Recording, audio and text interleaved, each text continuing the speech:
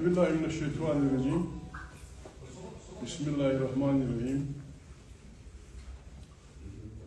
میں آج آپ سے کچھ شکایات کرنے آ رہا ہوں.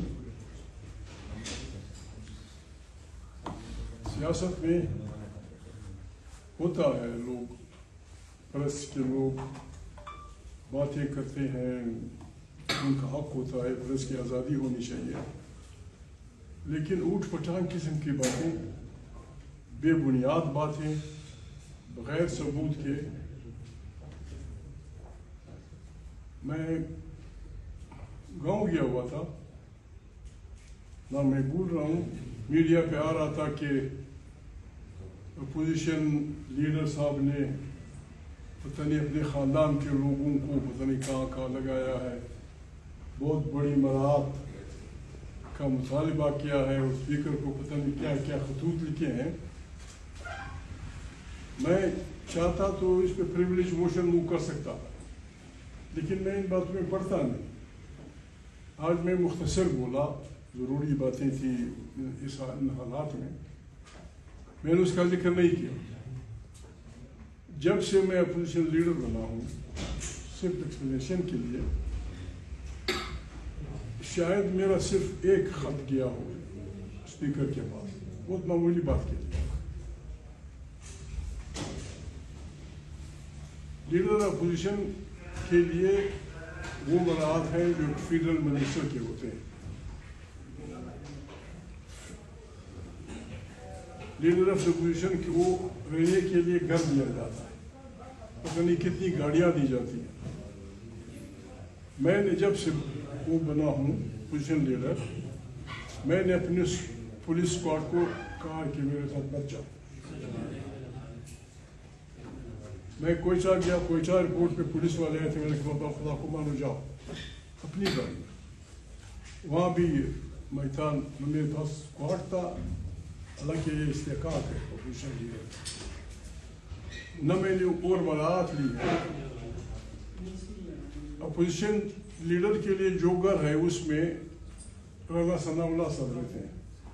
ابھی میں کیا اس کو نکالوں, میرے دوست. اگر مکان نہ ہو تو میں کرائے کی کلیم کر سکتا ہوں. میں نے وہ بھی کلیم نہیں کیا. نہ میرے چیمبر میں کوئی میرے رشتہ دار ہے, نہ کوئی ہے. 2-4 لڑکے ہوں گے جو اپنا کام کرتے ہیں. اس لیے میں نے کہا آپ سے وہ آپ کے سامنے ایکسپلین کر دوں. اس کی بھی سزا ہونی چاہیے یا نہیں ہونی چاہیے؟ ہونی چاہیے. کہ ایک جرنلزم کے نام پہ کوئی بدماشیاں کرے, یلو جرنلزم, الٹی پلٹی باتیں کرے, الٹے پلٹے سوال کرے, اس کے لیے بھی تو اخبار نویسوں کی جو انجمنیں ہیں انہیں اس قسم کے لوگوں کو تو کنٹرول کرنا چاہیے. تمام دنیا میں پتہ نہیں کتنے دن سے وہ آدمی لگا رہا, اور بھی یہاں ہر آدمی کا ہوتا, راہ چلتے پکڑ لینا, جی فلانی بات. جرنلزم کا اپنا طریقہ ہوتا ہے, سنجیدہ طریقہ, سنجیدہ. دوسری بات, میں نے آج وہاں بات کی, ہمارا خطہ جس بربادی میں پھنس گیا ہے, پتہ نہیں کیا ہوتا ہے. ٹرمپ صاحب کی دھمکی یا ٹرمپ صاحب کا الٹیمیٹم, ٹرمپ عام آدمی نہیں ہے, ایک قسم گلوب کا سب سے پاورفل آدمی ہے, مائٹی امریکنز. ان حالات میں پاکستان کو بھی اپنے آپ کو سنبھالنا ہوگا. موجودہ حکومت جس طریقے سے آئی, جس طریقے سے الیکشن ہوئے, میرے خیال میں وہ وقت گزر گیا کہ ہم ایک دوسرے کو تم ذمہ وار تھے, میں ذمہ وار تھا, فلانا تم ذمہ وار تھا, میں ذمہ وار تھا. یہ وقت گزرا. ہمارے حکومت یا ہماری حکومت کو سپورٹ کرنے والے اسٹیبلشمنٹ نے اپنی پوری کوشش کی, وہ عمران خان کو نہیں توڑ سکے. ابھی اس کے آگے مزید جانا یا بربادیوں کی پالیسیاں بنانا خطرناک ہوگا.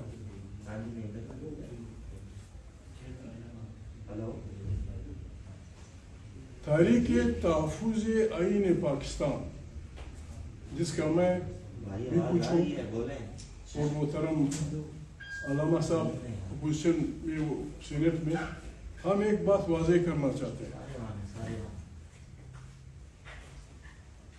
اگر کوئی ایسی سوچ موجود ہو ایون تحریک انصاف کے اندر کہ مائنس عمران خان کوئی چیز بنائی جائے,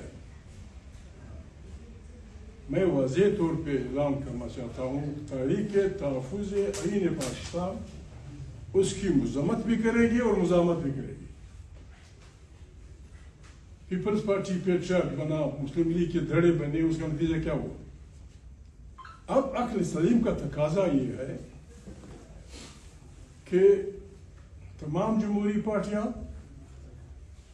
عمران خان سمیت, فضل الرحمان سمیت, مسلم لیگ, پیپلز پارٹی, جو بھی ہماری پارٹیاں ہیں, برداری سمیت, ہمیں مشترکہ مقاصد پہ کم از کم مشترکہ مفاد کہ یہ پارلیمنٹ طاقت کا سچنا ہوگی, ہماری داخلی و خارجی پالیسیاں یہاں سے اوریجنیٹ ہوں گی, ہمسایوں کے ساتھ ہمارے جیو اور جیو کی بنیاد پہ تعلقات ہوں گے. اس قسم کے لاؤڈلی اسپیکنگ 3-4 نکات پہ ہم وہ کر دیں اور پھر اکٹھا ہو کے اپنے اسٹیبلشمنٹ سے کہیں کہ ذرا اسپیس دو ہمیں. چونکہ پاکستان یہ خطہ اگر ہمیں کچھ بھی نہیں ہوتا, خدا نخواستہ ایران پہ امریکن بمباری ہوتی ہے, ایران رد عمل میں ارد گرد کے ان تمام ممالک سے بدترین حملہ کرے گا جہاں امریکہ کے اڈے ہیں.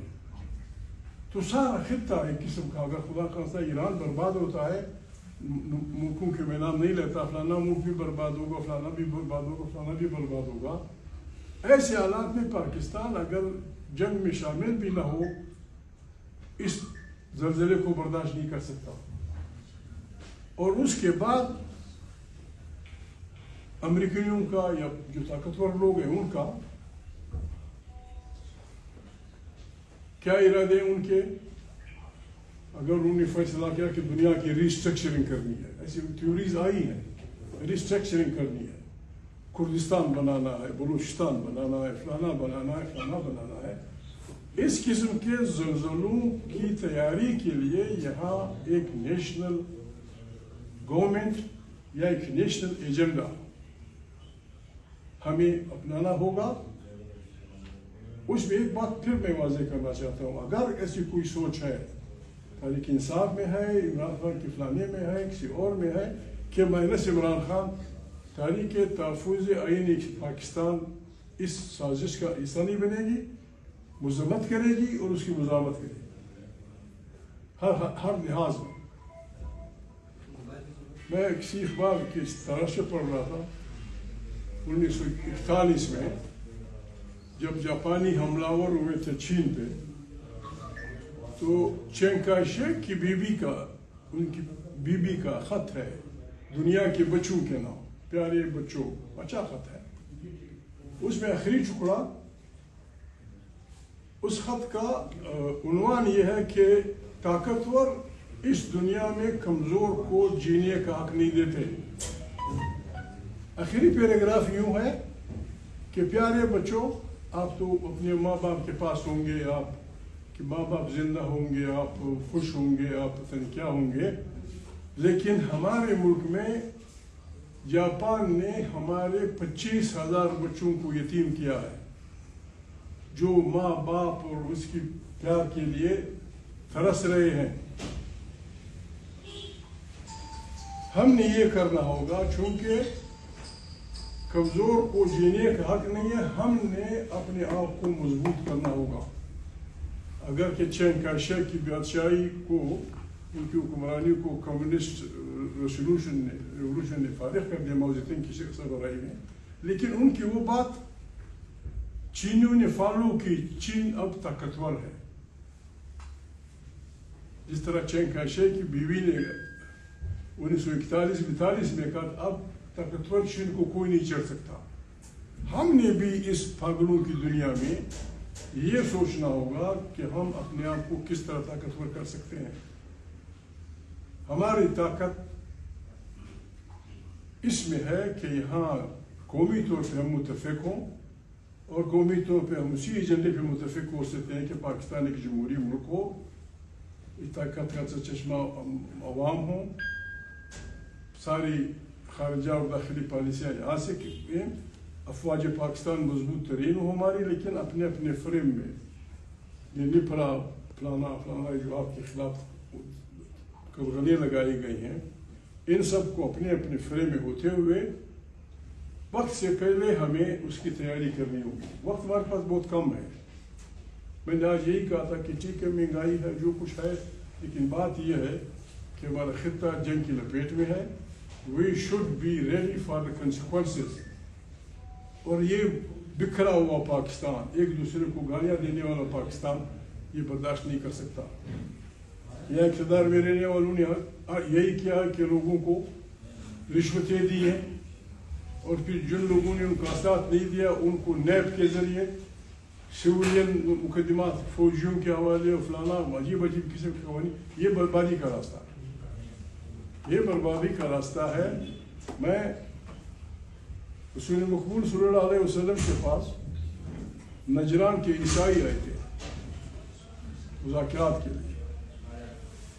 عیسائیوں کے متعلق اسلام کی جو رائے ہے, قرآن کی جو رائے ہے, آپ کو پتہ ہے.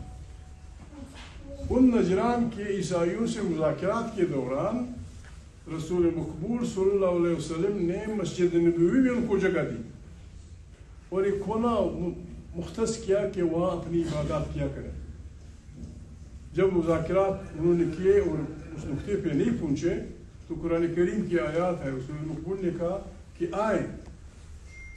آئیں ہم ان نکات پہ متفق ہوں جو ہمارے مشترک ہو سکتی ہے, خدا کو ماننا فلانا فلانا. قرآن کریم کی دوسری آیات ہے, پتہ نہیں ہم نے ایسا کیوں کر دیا ہے. ہمارے ہاں تو مذہب نعوذ باللہ کی شکل ایسی ہو گئی ہے کہ انسان کے خون کا پیاسا ہے. تو اگر میرے عقیدے کے متعلق نہیں تیرا قتل جائز, یہ پاگل پن ہے, یہ نہیں ہے. لا اکراہ فی الدین, آیت الکرسی کی آیات ہے, دین میں وہ نہیں, زور نہیں, اور مرضی یار آدمی کی. لا اکراہ فی الدین, دین انسانوں کو بچانے کے لیے ہوتا ہے. قرآن کریم میں آیات بول رہا ہوں, اللہ پاک کہتے ہیں اگر میں طاقتوروں کو ایک دوسرے سے بیلنس نہ کرتا تو نہ کوئی گرجا الفاظ ہے, نہ کوئی گرجا رہتا, نہ یہودی کی عبادت گاہ رہتی, نہ کوئی خانقاہ محفوظ رہتی, نہ کوئی مسجد محفوظ رہتی, سب برباد ہو جاتے. بس میں آپ سے یہ باتیں کرنے آیا تھا.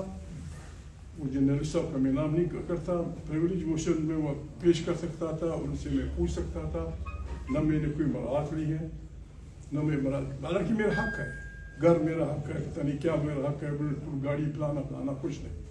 ایک گاڑی میرے پاس ہے, کبھی کبھی میں اس میں یہاں تک کہ اسلام آباد کلب تک چلا جاتا ہوں, چھوٹی گاڑی, ورنہ میں اپنی گاڑی میں پھرتا ہوں. پیٹرول جب سے میں وہ بنا ہوں, شاید میں نے جو میرا استحقاق ہے اس کا ایک 8واں بھی میں نے استعمال نہیں کیا. یہ اس باتوں کے لیے میں آیا تھا. God bless you all. اچھا